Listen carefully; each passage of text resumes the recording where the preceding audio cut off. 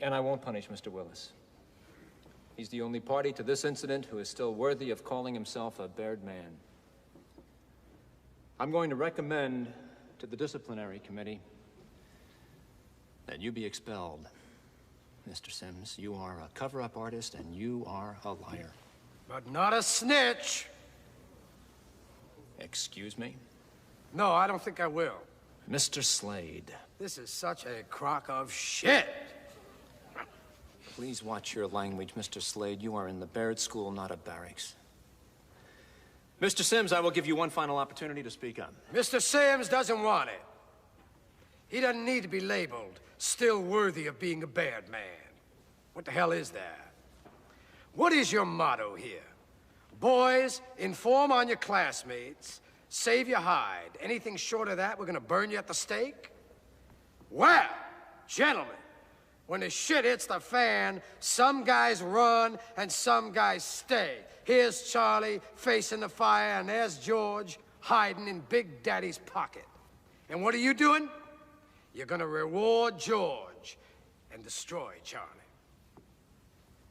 Are you finished, Mr. Slade? No, I'm just getting warmed up.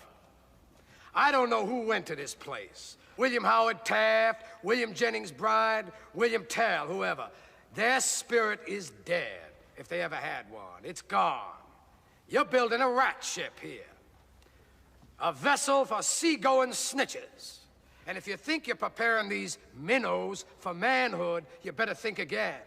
Because I say you are killing the very spirit this institution proclaims it instills. What a sham. What kind of a show are you guys putting on here today? I mean, the only class in this act is sitting next to me, and I'm here to tell you, this boy's soul is intact. It's non-negotiable. You know how I know? Someone here, and I'm not gonna say who, offered to buy it.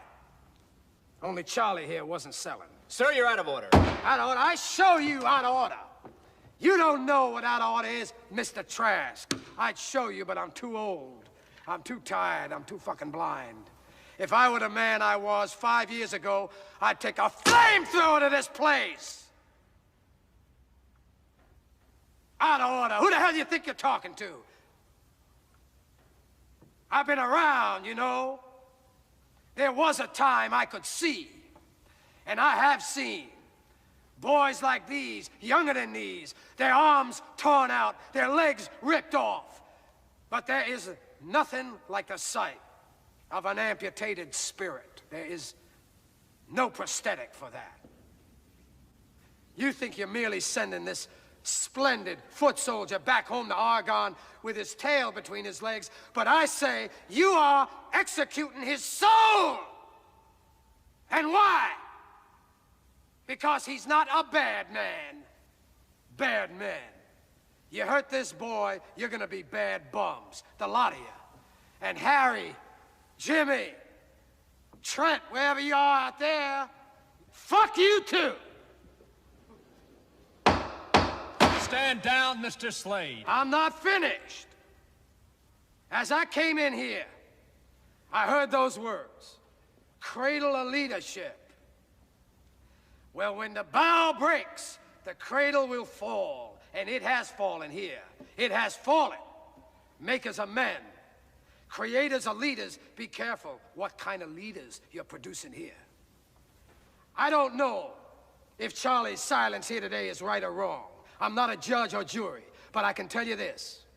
He won't sell anybody out to buy his future. And that, my friends, is called integrity. That's called courage. Now that's the stuff leaders should be made of.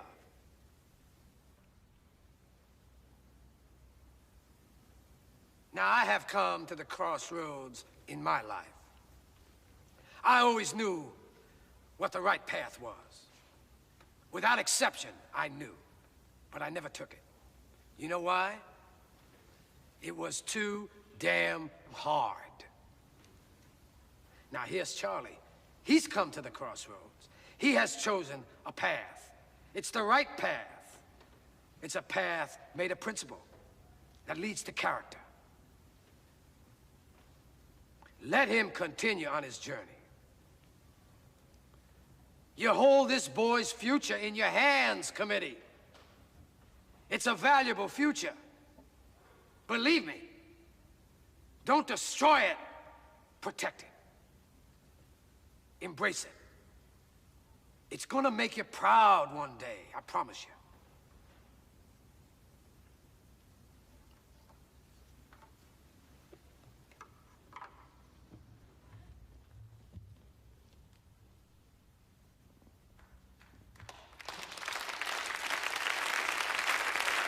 How's that for calling ball?